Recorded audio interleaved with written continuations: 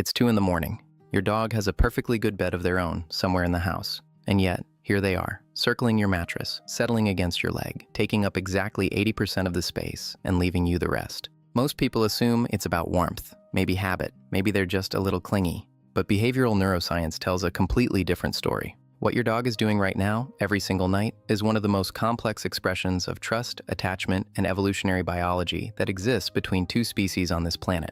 And most owners have no idea. Let's start with the warmth theory, because it sounds reasonable. Dogs get cold, you're warm, simple. But here's the problem.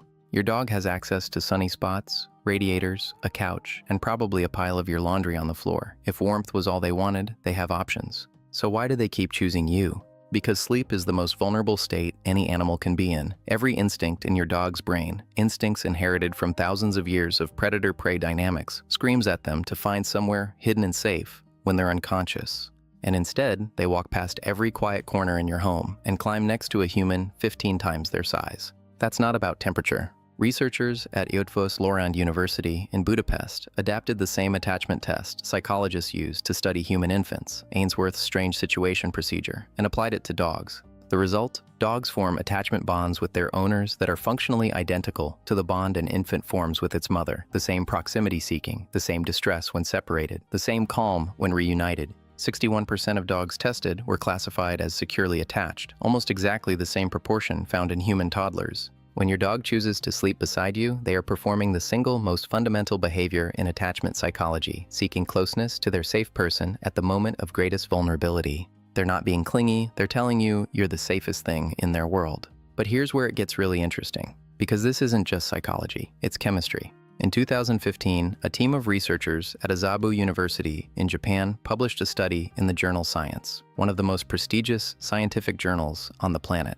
They measured oxytocin levels in 30 dog owner pairs during interaction. Oxytocin, if you haven't heard the name, is the neurochemical your brain releases when you feel bonded to someone, the same molecule that floods a mother's brain when she holds her newborn for the first time.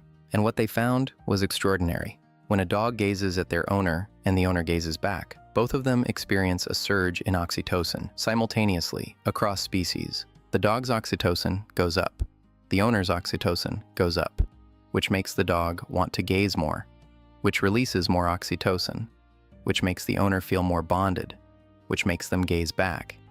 It's a loop, a self-reinforcing neurochemical loop that no other animal on Earth shares with humans. They tested the same interaction with wolves raised by humans. The loop didn't activate at all. This isn't a general mammal thing. It co-evolved specifically between dogs and humans over thousands of years of living together, and physical contact amplifies it.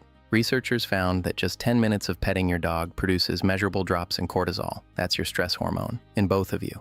Now think about what happens over 8 hours of sleeping pressed together. Here's a question almost nobody thinks to ask. When did dogs and humans start sleeping next to each other? The answer is, basically from the beginning. Dogs are the only animal domesticated before agriculture, before farming, before cities, before writing. Roughly 15,000 years ago, wolves began approaching human camps, drawn by food scraps, fire, warmth.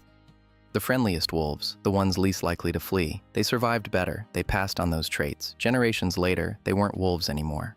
In Germany, archaeologists found a burial site dated to 14,000 years ago, 2 humans interred together and 2 dogs beside them.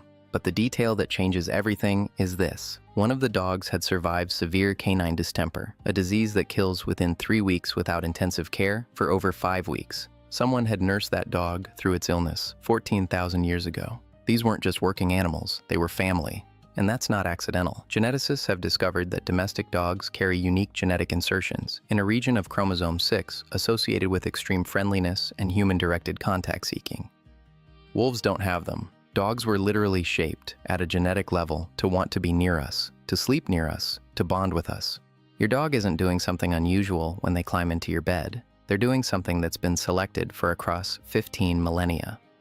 Now I want to tell you about a study that nobody talks about because the finding seems impossible at first. Researchers at the Mayo Clinic measured the sleep quality of 40 adults and their dogs over 7 nights, using clinical-grade sleep trackers on both. The result? Dogs objectively disrupted human sleep. Movement, repositioning, the occasional 3 a.m. stretch that takes out your ankle. Objectively, the data was worse. And yet, almost every single participant reported feeling more comfortable, more secure, and more rested when their dog was in the room. How is that possible? A researcher at Canisius College surveyed nearly 1,000 women and found that dogs were rated as less disruptive than human bed partners, more comforting, more consistent. Her follow-up study used motion trackers to find the cause. Owners were waking up briefly every time the dog moved, but they almost never remembered it in the morning. The physical interruptions were real, but the felt experience of safety was stronger than the disruption.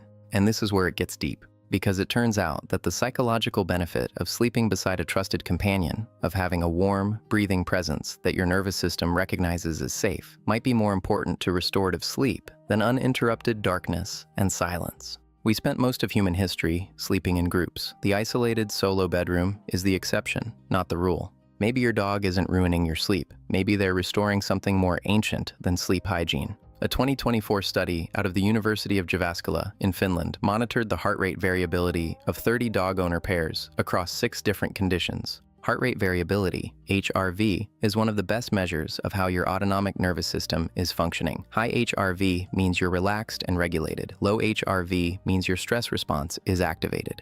And what they found was this. During every condition measured, dogs and their owners showed correlated HRV patterns. Their nervous systems were in sync. When the owner was calm, the dog was calm. When the owner was stressed, the dog's autonomic state shifted. And the synchronization was strongest during rest. They tested the same thing with dogs and unfamiliar humans. No synchronization at all. This only happens within bonded pairs. What this means is that sleeping beside your dog isn't just a psychological comfort, it's a neurological event. 2 separate nervous systems from 2 different species co-regulating each other through the night. There's one last thing I need to tell you, and it might be the most important part of this video. If your dog has been sleeping beside you for months or years, and one day they stop, don't brush it off. Dogs are creatures of habit. When a deeply established behavior disappears overnight, there's always a reason. Sometimes it's environmental, a new pet, a new person in the house, a shift in your schedule. Dogs are exquisitely sensitive to changes in their territory. Something that feels minor to you can feel seismic to them.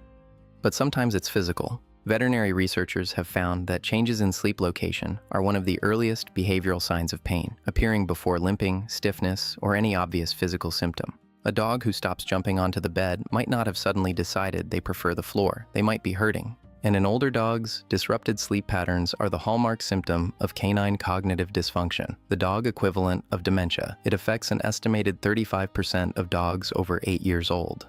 So, if the nightly ritual changes, pay attention. Your dog doesn't have language. Behavior is the only way they can tell you something is wrong. So the next time you wake up at 3 a.m. with exactly 6 inches of mattress and 80 pounds of dog pressed against your legs, remember what's actually happening.